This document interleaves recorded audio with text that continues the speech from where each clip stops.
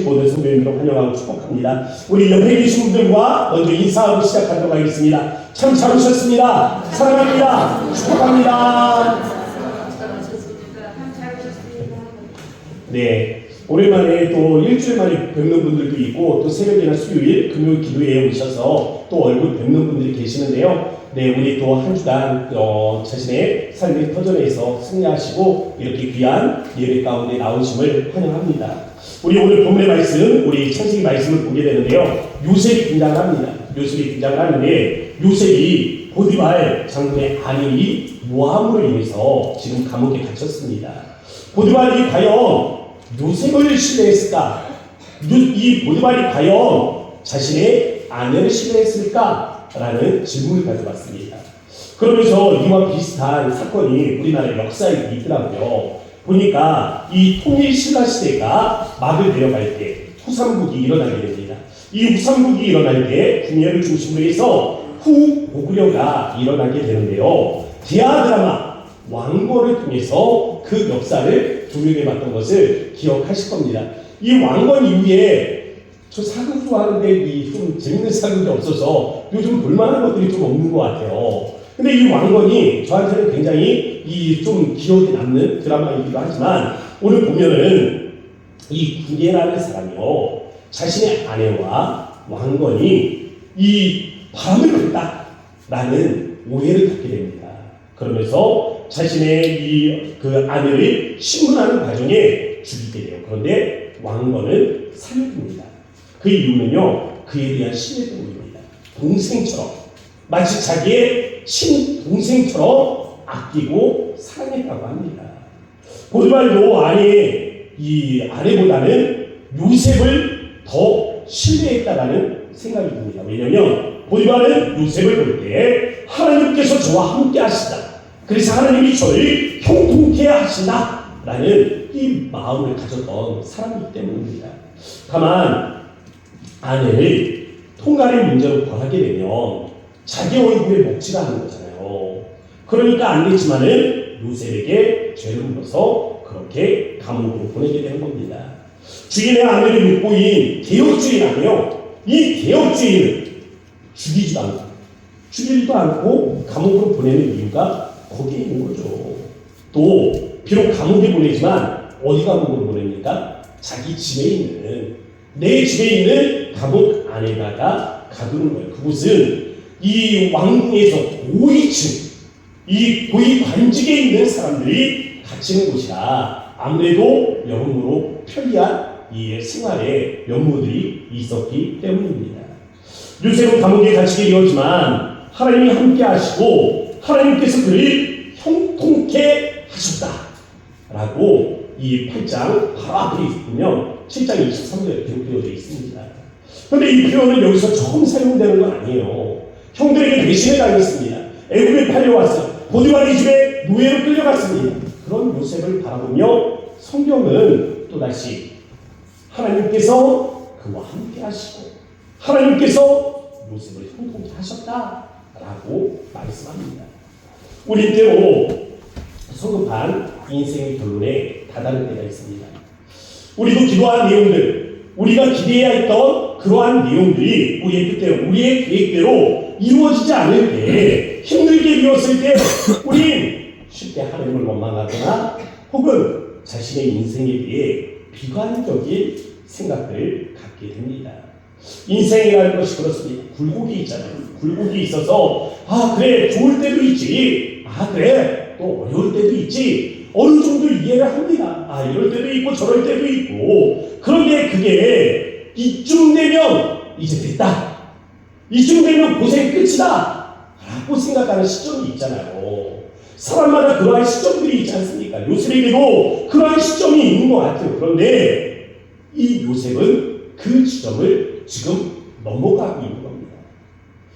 애굽에 내란이 일어났습니다. 이 사건에 연루된 두 사람이 잡혀서 감옥에 갇혔어요. 떡 맡은 자와 술 맡은 관원장입니다. 보디발이 요셉을 잊지 않고 있다가 이 두 사람이 갇히게 되었을 때 저들을 시킨다고 명령을 합니다. 그러던 중 두 관원이 각자 꿈을 꿔요. 같은 날 꿈을 꾸는데 각자 다른 꿈을 꾸는 겁니다. 그러면서 얼굴빛이 이게 근심으로 가득 차 있게 되는 것이죠. 그때 요셉이 두 관원에게 이야기를 합니다. 무슨 일 때문에 그럽니까? 꿈을 꿨는데 여차저차하다. 그래서 요셉이 그 꿈을 해몽해 주는데요. 술 맡은 관원장은 복권이 되고 떡 맡은 관원장은 참수를 당하게 될 것이다 라고 말합니다. 요셉은 곧 복권될 술 맡은 관원장에게 간절하게 부탁을 해요. 여기서 나가게 되거든. 여기서 나가서 자신의 자리로 올라가게 되거든. 나 같은 거 하나는 참 이 감옥에서 빼줄 수 있지 않습니까? 나 잊지 말고 나 좀 꼭 이 감옥에서 나가게 해주세요 라고 간청을 합니다. 요셉의 말대로 모든 것이 이루어졌어요. 바로 이 생일날입니다. 술 맡은 관원장은 복권이 되었어요. 그런데 떡 맡은 관원장은 정말로 참수를 당해서 목이 달아나게 되었습니다. 그러나 술 맡은 관원장은 놀라운 일을 하나 더 경험하죠. 건망증입니다. 아니 요셉이 꿈을 해석해 준 대로 떡 맡은 관원장은 그냥 죽은 것도 아니고 참수를 당해서 죽고 또 자기는 자신의 자리로 복권돼서 올라왔는데 요셉에 대해서는 새까맣게 잊어버립니다. 요셉은 또다시 사람에게 버려지는 아픔에 대해서 또 경험을 해야 했습니다. 요셉은 술 맡은 관원장이 꿈을 해석해 주면서 이 억울한 옥살이가 이제는 끝날 수 있겠다 기대를 했을 거예요. 그런 기대하는 마음으로 이 술 맡은 관원장에게 부탁을 했을 것입니다. 그런데 이 술 맡은 관원장, 이 비상식적인 건망증으로 요셉은 또다시 좌절을 경험해야 하는 것입니다. 요셉은 계속되는 실패와 좌절을 경험하고 있죠. 형제들에게 버려지고 또 보디발의 집에 들어가서 열심히 일했는데 주인에게 버려지고 또 감옥에서 이 관원들을 열심히 성실로 섬겼는데 또다시 술 맡은 관원장에게 버림을 당하는 이 실패와 좌절, 사람들의 유기 속에서 그럼에도 불구하고 그는 좌절하지 않습니다. 믿음을 지켜요. 믿음으로 그는 다시금 일어서는 것을 볼 수가 있습니다. 이처럼 인생이 계획대로 되지 않는 분들이 계실 겁니다. 뜻대로 이루어지지 않는 분들이 계실 거예요. 그와 함께 우리의 마음은 점점 조급해져 옵니다. 시간이 옵니다. 이 조급함은 우리의 마음속에서 평안함을 훔쳐가죠. 이러한 때 우리에게 가장 필요한 것이 무엇이겠습니까? 인내를 훈련하는 것입니다. 조급함과 두려움을 기다림과 평안으로 바꿀 수 있는, 불신과 절망을 믿음과 확신으로 바꿀 수 있는 인내를 훈련한다는 것입니다. 저는 오늘 두려움과 절망, 조급함이 자라나는 상황 속에 있는 사람들에게 인내를 훈련하는 방법에 대해서 말씀을 드리려고 합니다. 첫 번째, 웃을 수 있는 여유를 좀 가지십시오. 아멘 하면서 왜 안 웃으세요? 웃을 수 있는 여유가 있어야 됩니다. 술 맡은 관원장, 떡 맡은 자들의 얼굴 보세요. 그 얼굴의 수심을 보십시오. 그건 믿지 않는 자들의 얼굴입니다. 웃음은요, 이 중압감을 좀 해소하는 그런 역할을 합니다. 웃음은 우리의 마음에 있는 불안들을 제거해 줍니다. 부작용이 없는 진정된 역할을 한다는 거예요. 하다못해 집에서도 이 강아지 키우시는 분들 계시잖아요. 이 강아지들도 주인이 웃으면 안정이 됩니다. 근데 주인이 웃지 않고 있으면 말 못하는 짐승도 불안해요. 웃음은 그러한 진정제 역할을 하고 있다는 겁니다. 유명한 희극 배우들 중에 여러 가지 문제를 가진 어려운 환경에서 자라신 분들이 많이 있습니다. 그런데 그들은 이 웃는 법을 통해서 자신이 가지고 있는 삶의 문제들을 극복하고 또 다른 사람들을 웃기면서 웃게 하면서 그렇게 어려움들을 대처해 왔습니다. 1948년 초등학교 3학년의 어린 아이가 있었어요. 이 아이가 고등어잡이 배에 올라타 월남을 하게 됩니다. 그런데 6.25 당시에 아버지가 이렇게 아이들을 데리고 월남했다는 이유로 좌익 세력들에게 테러를 당합니다. 그 이후로는 어머니가 집안의 가사를 책임지셔야 했어요. 그래서 가정이 너무나 어려웠습니다. 그렇게 자란 아이가 이제는 나중에 월남전에 가서 돈을 벌 수 있다는 희망을 갖게 되었습니다. 그러면서 유랑극단에 들어가게 돼요.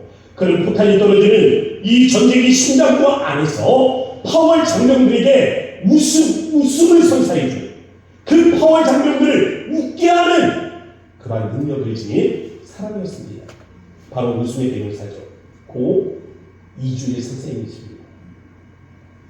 못생겨서 죄송합니다. 뭔가 보여드리겠다니까요. 콩나물 묻혔냐? 팍팍 묻혔냐? 더 잘할 수 있는데 진짜 이주일 씨처럼 보일까봐 일부러 좀 못해봤습니다.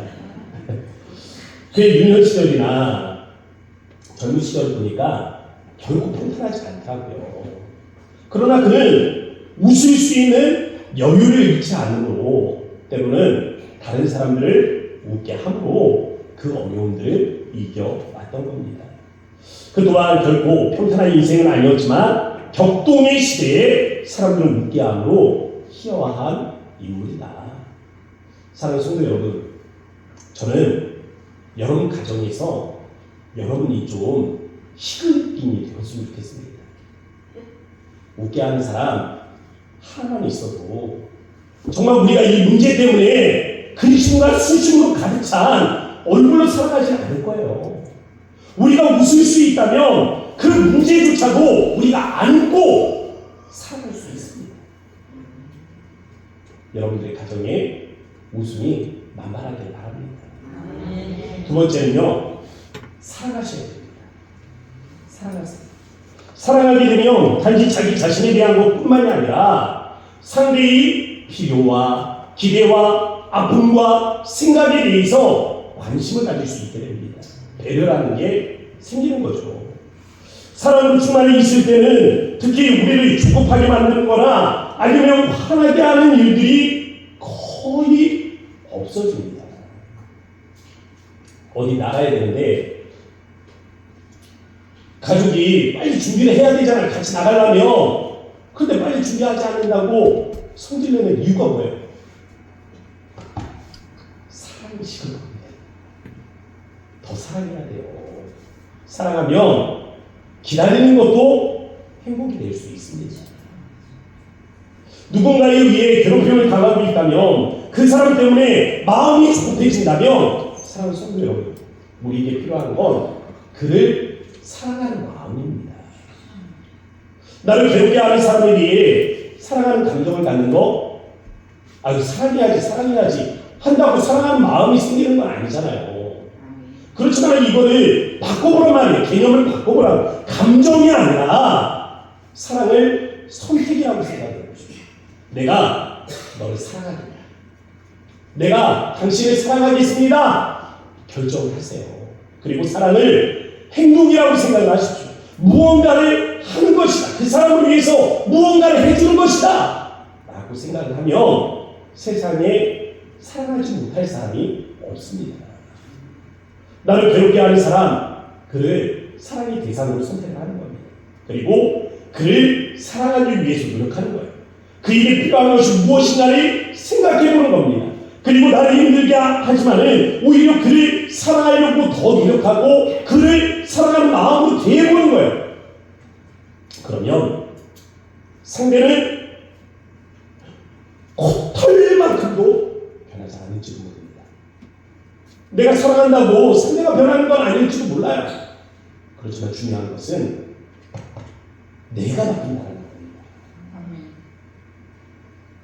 문제를 대하는, 사람을 대하는 내 마음이 달라질 수가 있는 거예요.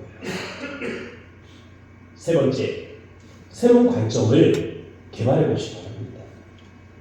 인내는 바라보는 관점, 방법을 바꾸는 데 있습니다. 거기에서부터 출발하는 거예요. 조그만 때의 사람들은 제한된 관점을 갖게 되어 있습니다. 조금 관점을 갖는 거죠. 지금 이 자신에 대한 것을 바라보는 겁니다. 그래서 조그만 때 사람들은 이 제한된 관점을 가지게 되는데, 제한된 관점은 오직 이 시야가 좁아지니까 누구만 보는 겁니까? 자신만 바라보게 되는 거예요. 내 필요가 무엇인지, 내 소원이 무엇인지, 나의 목표가 무엇인지, 내가 원하는 게 무엇인지, 내 일정이 어떠한지. 그래서 조급함의 뿌리는 이기주의에 있는 것입니다. 그래서 삶에 대한 새로운 관점을 우리는 가져야 됩니다. 다른 사람의 입장에서 갈등의 관계를 바라보는 훈련을 가져보세요. 자꾸 저 사람과 내가 부딪히게 되면 부딪히는 이유가 그에게 있다 생각하지 말고 한번 그 사람 입장에서 나를 한번 보세요. 관점을 바꿔보는 겁니다. 무엇보다 중요한 관점은 하나님의 눈으로 우리가 세상을 바라보는 거예요. 토미 케니 이 목사님께서요, 하나님의 관점이라는 책에서 하나님과 우리 인간 사이에 있는 관점의 차이에 대해서 말씀을 하십니다. 하나님은 하늘 보좌에 계신 분이세요. 하늘 보좌에 계시니까 저 하늘에서 우리의 삶을 바라보니 우리 삶의 너머에 있는 것들이 무엇인가를 보신다는 것입니다. 이것들을 보시고 하나님은 우리를 생각하세요. 우리를 위해서 준비하십니다. 그리고 우리를 위해서 공급해 주시는 거예요. 그러나 우리는 어떤 존재들입니까? 이 땅을 살아가는 존재들이잖아요. 그냥 땅을 살아가는 존재들이니까 앞에 장애물이 나타나게 되면 그 장애물 너머에는 뭐가 있는지를 모릅니다. 그러니까 이 장애물의 그 급에서 이거를 깨보셔야 하는데, 이거를 보셔야 하는데 라고 생각을 하며 거기에 묶이게 되는 거예요. 하나님은 또한 영원하신 분이십니다. 하나님이 영원하시다라고 말하는 것은 하나님은 과거에 계시고 현재에도 계시고 미래에도 계시다라는 거예요.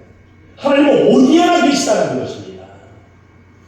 모든 시간 속에 하나님이 존재하고 계시다. 그래서 하나님은 알파와 오메가가 되시고 시작과 끝이 되시며 처음과 마지막이 되시는 것입니다. 그러나 우리 인간, 여러분은 어떻습니까? 현재를 살아가잖아요. 지금 이 시간, 그리고 이 육체를 가지고 지금 여기 이 장소, 국한된 이곳에만 우리는 존재하지 않습니까? 그러니까 본질적으로 그 관점의 차이가 일어날 수밖에 없는 거예요. 하나님은 또한 천지를 창조하신 분이십니다.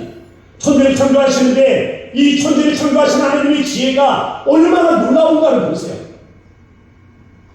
그 오랜 시간 이 지구가 달에 충돌하지 않는 것도 참 신기하지 않습니까? 태양 주변을 돌다가 태양에 삼켜지지 않은 것도 참 신기하잖아요. 하나님의 지혜입니다. 하나님이 천지를 만드실 때 그 놀라운 지혜로 이 모든 것들을 설계하셨기 때문에 우리는 오늘도 이 땅에 살아가고 있는 것입니다. 이처럼 하늘 보좌에 계시고 이처럼 모든 시간이 존재하시니 또 천지를 창조하신 그 놀라운 지혜를 지니신 하나님께서 우리 한 사람 한 사람을 향한 원대한 계획들을 가지고 계시다는 사실입니다.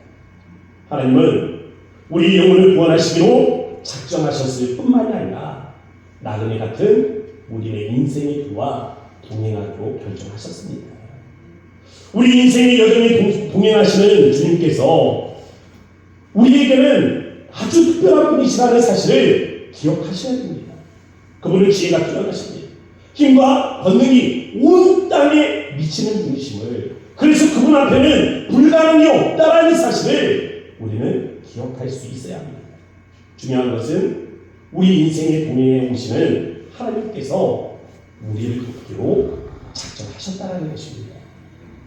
모든 문제가 하나님의 계획 속에서 해결이 될 거예요. 우리의 모든 간절한 기대와 소망이 하나님의 계획과 하나님의 뜻과 하나님의 공급하심과 하나님의 능력 안에서 이루어지게 될 것입니다. 그런데 왜 우리가 이러한 사실을 알고 있음에도 불구하고 문제 속에서 우리는 늘 마음이 답답한 것이겠습니까? 왜 이 분명한 진리가 우리의 마음을 속 시원하게 만들어주지 못하는 겁니까? 0점이죠, 0점. 0점이 맞지 않아서 그런 겁니다. 하나님의 관점과 우리의 관점이 일치가 되면 선명하게 우리가 세상을 볼 수 있는데, 하나님의 관점과 우리의 관점이 맞지 않으니까, 초점이 맞지 않으니까 인생이 그냥 무뎌하게, 그냥 흐릿하게 그렇게 보이는 겁니다. 그러니 답답한 것이죠. 하나님의 관점을 가져야 합니다. 0점을 맞춰야 합니다. 신명령 점점 하나님의 관점, 성령의 관점을 우리가 가질 수 있어야 합니다. 중요한 것은 0점이 맞든지 맞지 않든지 하나님은 우리 인생 안으로 들어와 계십니다.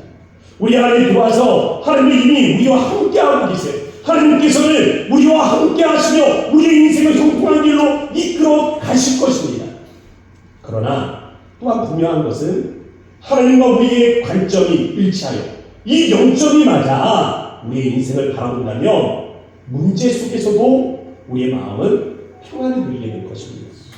그러나 0점이 맞지 않으면 하나님의 인도하심 앞에 있다 할지라도 우리의 마음은 여전히 답답할 거예요. 여전히 불안할 것입니다. 왜? 인생이 어떻게 되는지 모르니까, 어디로 끌려가는지를 모르니까 여전히 불안한 것입니다. 하나님의 도우심 안에서 문제는 극복되고 어려움은 해결되겠지만 생각해보세요. 그 과정에서 삶의 질은 완전히 다릅니다. 완전히 달라요. 하나님과 0점이 맞춰 있으면 그 삶의 질이 현격하게 높아질 수 있겠지만 하나님과 0점이 맞지 않는 사람은 하나님의 도우심을 받으면서도 답답한 인생을 살아갈 수밖에 없는 겁니다.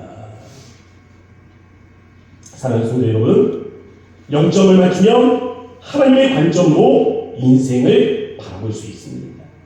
하나님의 그 관점으로 우리 인생을 바라보면 분명한 인생의 질적 차이를 경험하실 수 있을 것입니다. 마지막으로 네 번째, 하나님에 대한 지혜를 가지십시오. 지혜가 필요합니다. 주의 형제 야고보 사도가 있습니다. 이 야고보 사도가 예루살렘에 이 핍박이 몰려올 때 이 핍박을 받는 사람들에게, 이 유대인들에게 시험을 당함에도 불구하고 기뻐하라 라고 말씀합니다. 이유는요, 고난이 가져다주는 유익이 있기 때문이다 라고 말합니다. 성도에게 시험이 다가오면 어떻게 됩니까? 성도는 인내를 해야 합니다. 성도가 인내를 하게 되면 온전한 행실들이 열매를 맺게 됩니다. 이 온전한 행실들이 열매를 맺게 되면 생명의 면류관을 얻게 된다. 이것이 야고보 사도가 우리에게 가르쳐주는 삶의 원리입니다. 그래서 사도 바울은 로마서 말씀에서 우리에게 뭐라고 말합니까? 하나는 인내는 연단은 소망을 이루는 줄 알리라. 야고보 사도는요, 우리의 마음에 두 개의 씨앗이 심겨져 있다고 말합니다. 하나는 욕심, 하나는 인내입니다. 그래서 우리의 삶을 보면 어떤 때는 욕심이 자리에서 욕심의 열매들이 맺혀지게 됩니다. 근데 어떤 때는 보면 우리가 인내가 자리에서 인내의 열매들이 맺혀지게 돼요. 그럼 욕심도 열매를 맺고 인내도 열매를 맺는데 어떤 것이 열매를 맺게 하느냐라는 이 결정적인 요소가 있잖아요. 어떻게 하면 인내를 열매를 맺을 수 있느냐라는 그 결정적 요소, 그것을 야고보 사도는 지혜라고 합니다. 어떤 지혜입니까?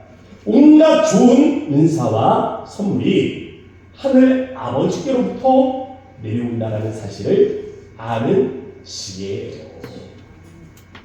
이 지혜가 없으면 욕심이 생깁니다. 앞에서도 말씀을 드렸잖아요. 조금의 뿌리는 어디에 있습니까? 이기주의예요. 자기의 욕심입니다. 자기를 바라보는 거예요. 자기만 바라보게 되는 거, 자기의 욕심만을 생각하는 거. 그래서 결국에는 자기 때문에 조급함의 함정에 빠지게 되는 거. 이것이 지혜가 없는 사람의 삶의 모습입니다. 반대로 지혜를 가진 사람은 다르죠. 몽땅 그림이라는 웹툰 이 묵상집이 있습니다. 이 그림을 그려가지고 그림으로 하루에 묵상을 연재하는 그런 이 사이트가 있는데요. 이 이소라 자매님이라고 작가가 계세요. 이 웹툰 묵상집에 등장하는 캐릭터들을 보면요, 하트가 그려져 있습니다. 근데 하트가 거꾸로 그려져 있어요. 이렇게 물방울처럼 이렇게 그려져 있습니다. 마치 물방울이 하늘에서 떨어지는 것처럼 하트가 어디에서 떨어져요? 하늘에서 떨어져요. 이소라 작가가 이 자기의 철학이에요. 진정한 사랑은 하나님의 사랑이고 하나님의 사랑이 하늘에서 떨어져야 우리가 살아갈 수 있다라는 철학을 담고 그렸다고 합니다. 어려서부터 그림을 그리는 걸 참 좋아했고, 그래서 제대로 배워본 적은 없지만 이 어려서부터 그리던 그림이 재능이 되어서 나중에는 디자이너가 되신 분입니다. 이분에게도 인생 스토리가 있더라고요. 그러니까 부부절절합니다. 어려운 가정 형편 때문에 제대로 배우지도 못하고 배워본 적이 없지만은 디자인 대학을 졸업을 하고 또 당시에는 업계에서 이름이 있는 그 디자인 회사에 취업을 했습니다. 그런데 이상한 건 이 인턴 기간에 교육을 받는 내내 차별이 따르래요.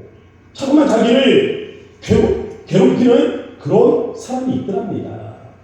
그래서 기도회에 가서 열심히 기도하는데 기도회에 참석해서 기도하던 어느 날 하나님께서 환상을 하나를 보여주시는데 세계의 지도가 펼쳐지면서 자신이 이 출판한 책이 세계로 팔려가는 어떤 꿈을 꾸게 된 거예요. 그래서 이거구나, 하나님이 길을 여시는구나 생각을 하면서 회사에다 사표를 내고, 그리고 이 SNS와 그리고 가평풀 웹툰을 연재하기 시작합니다. 그런데 대박, 인기가 없는 거예요. 관심을 안 갖는 겁니다. 세계로 뻗어나갈 줄 알았는데 내 생각대로 안 되는 거예요. 회사도 가지고 나왔는데 남아있는 건 대학 등록금 그 대출받은 그 보지서밖에 없는 거예요. 대출밖에 없는 겁니다. 어찌하나 그렇게 2년을 버텨가고 있던 어느 날 출판사에서 연락이 왔습니다. 사장님 만나서 이야기를 하는데 그 대표님이 이런 이야기를 하시는 거예요. 기도하는데 자매님이 생각이 났어요. 그리고 하나님이 제 마음에 말씀해 주셨어요. 내가 참 사랑하는 딸이다. 그래서 연락이 왔다는 겁니다.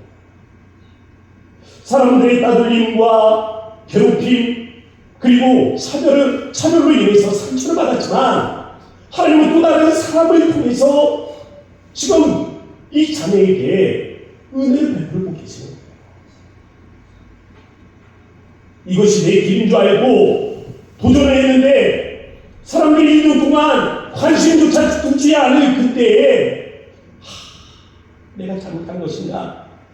내가 길을 잘못 찾아왔나? 후회가 막 몰려오는 그때에 하나님께서는 계속해서 우리 이소라 자매님을 바라보고 계셨던 겁니다. 함께하고 계셨던 거예요. 함께 하셨기 때문에 여전히 형통한 길을 걸어가고 있었던 겁니다. 오늘 젊은이들이 성 앞에 괴로움에 빠져있는 성도님들이 계실 겁니다. 뭐보다 믿었던 사람으로 인해서 배신을 받아 그 마음이 더 큰 상처를 겪고 있는 분들이 계실지도 모르겠습니다. 사람에게 실망한 마음 때문에 하나님께도 실망했습니다 말하는 분들이 계실지도 몰라요. 하나님이 보이지 않는다고, 하나님의 일하심이 느껴지지 않는다고, 하나님은 존재하지 않는지도 모르겠습니다 생각하는 분들이 계실지도 모르겠습니다.